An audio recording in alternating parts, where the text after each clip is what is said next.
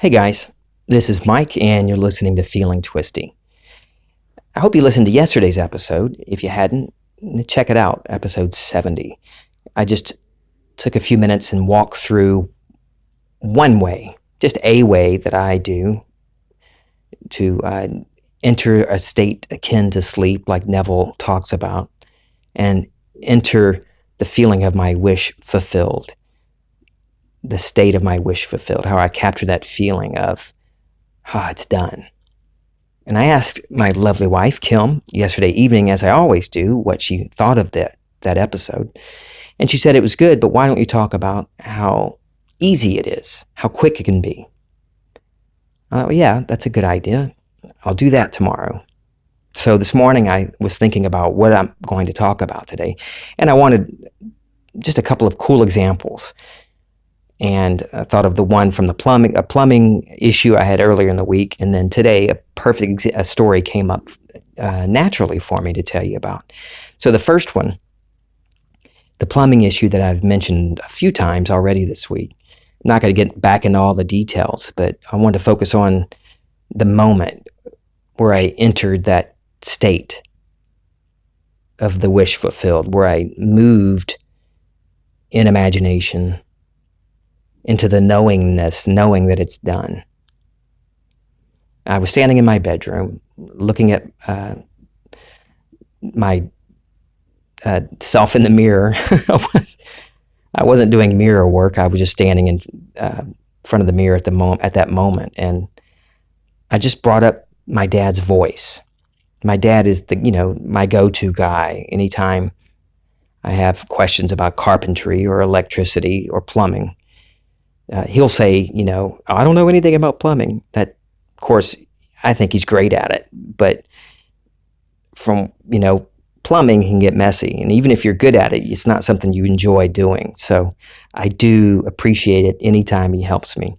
So I brought up his voice because I knew he would be one person I would talk to after the plumbing issue was resolved. And all I was standing there was imagining hearing his voice and him saying, wow. And me having the feeling of, yeah, isn't that cool? Implying that how easily it was done. It was resolved easily and quickly. So I just heard his voice. I didn't bring up his face or put myself in his kitchen or anywhere. Didn't have a long conversation. Just a quick few seconds. Not even, maybe a second and a half. Wow. And me getting to that feeling of, oh yeah, it's done. This was easy. And it was. When the solution came up, it came up naturally. And I was like, of course. Why didn't I think of that earlier? And it was resolved so easily. Okay, so fast forward to today. I had a lot going on today.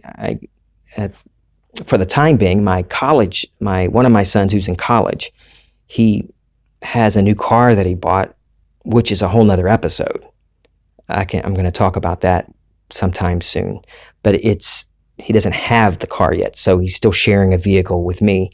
So I had to pick him up from college at 12:15 today, and he had to get to work for 2 o'clock today.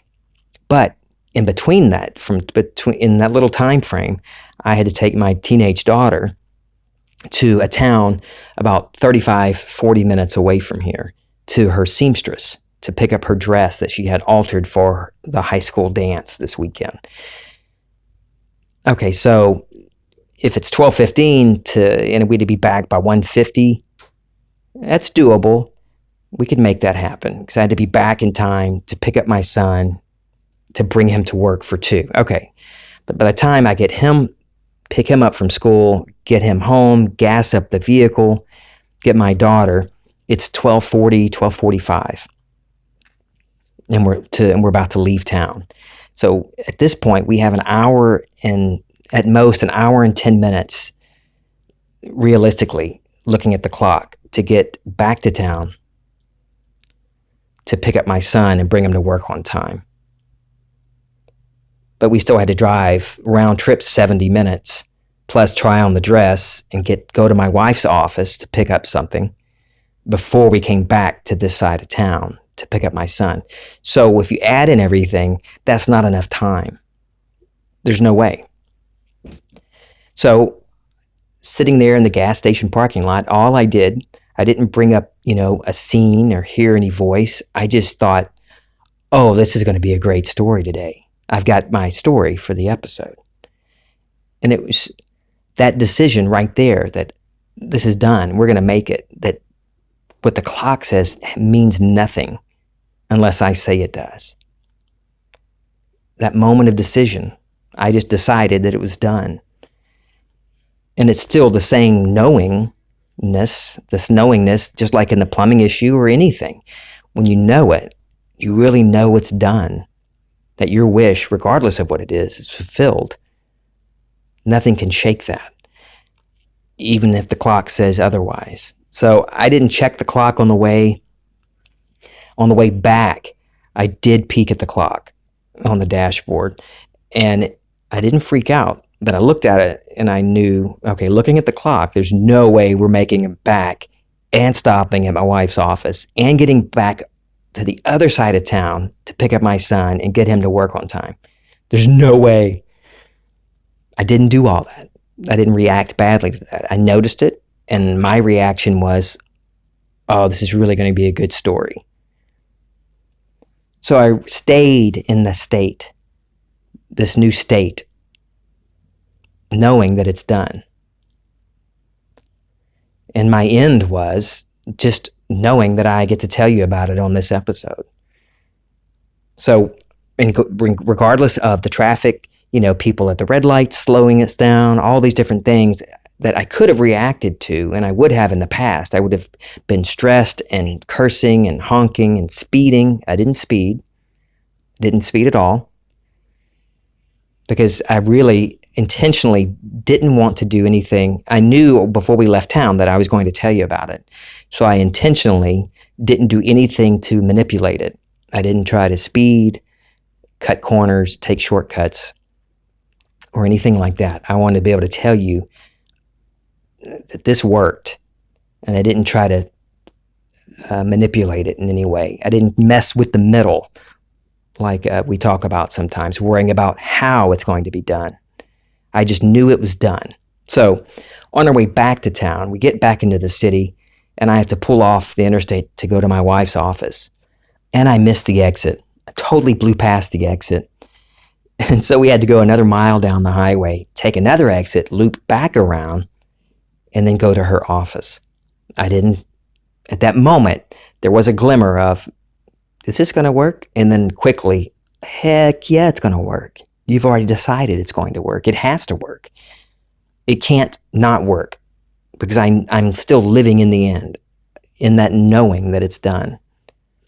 So we run by her office, get back home, get my son, get him to work at 1:59. It's done. It worked out perfectly. So 2 different stories from this week, examples. One where I heard my dad's voice. Neville talks about it a lot. When you bring up an imaginal scene that would imply your wish is fulfilled, maybe someone congratulating you, shaking your hand. I use my hearing a lot in imagination. I think because maybe all my years working in radio and interviewing people, it was all I did was interview people, usually over the phone or in the studio, but all of it, everything I did was editing just the audio. And so for me, it's very easy just to hear someone's voice. And so that's what I did with my dad and the plumbing issue. And then today, all I did was, oh yeah, this is going to be a great story for Feeling Twisty. But the core of both of those was the knowing, that peculiar certainty that it's done. And that's the feeling you want to get to. Whatever you do to get to that feeling is whatever works for you. And I'm glad Kim brought this up, because it got me thinking about, some good examples, some really good, clear examples on how quick this can be and how easy. And today was a perfect one. There have been other times where I've talked about how I didn't have the time looking at the clock to make it from one destination to another, but I still made it. In fact, there's an earlier episode, one that it was titled, the title of it is "I Was Already There," where I share one of my listeners' stories, Amanda's story, about how she, regardless of what the time said, she was able to get from one point to another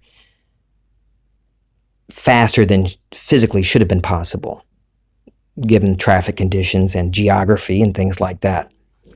Then, as I was preparing for this episode, thinking it's just going to be talking about those two examples, it hit me that this whole road trip today was really a cool metaphor for living in the end of any wish fulfilled. If you take the end, my end was getting back, being able to tell you about it, but getting back home in time. And if you look at that as any end, any wish fulfilled, any new state that you want to experience, that you want to be. And me driving on the highway was me living in the end, facing forward, driving, living in the end. And for me, in other circumstances where I've created this new state of being,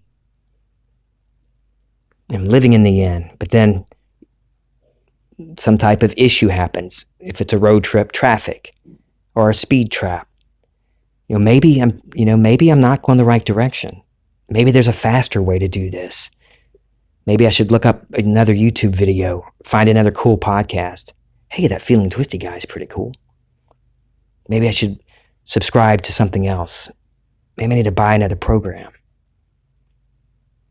Nope. Stay on the highway. Keep going. Keep living in the end.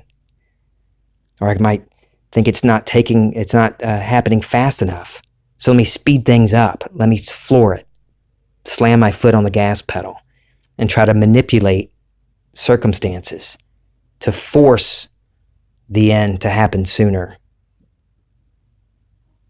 So I thought it was a cool metaphor on how I do everything. Because it's like, in the past, on a road trip like this, I would have been so upset. I would have given up, told my son, you need to find a ride to work. Not going to make it. There's no way. And upset and stressed and stressing out my daughter. All of these things. It would have just been a mess. And if I apply that same example to everything in my life, I see it so clearly how there were times where I knew what I wanted, and I knew I did everything Neville said to do. I did everything 2020 said to do, or, these other teachers. I'm doing what they said to do. Why isn't it working? Let me look for something else. Let me take a detour. There's got to be a better way. The only way is already within me. And the only way is already within you. You don't need to keep looking and searching. You don't ever need to look except within.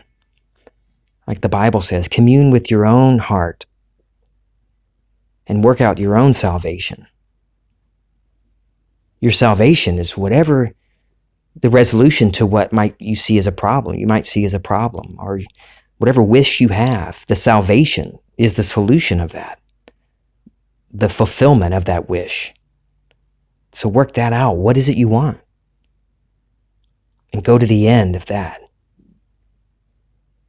And stay on the highway. I'm going to beat that metaphor to death. Stay living in the end. Being this new thing that you want to experience.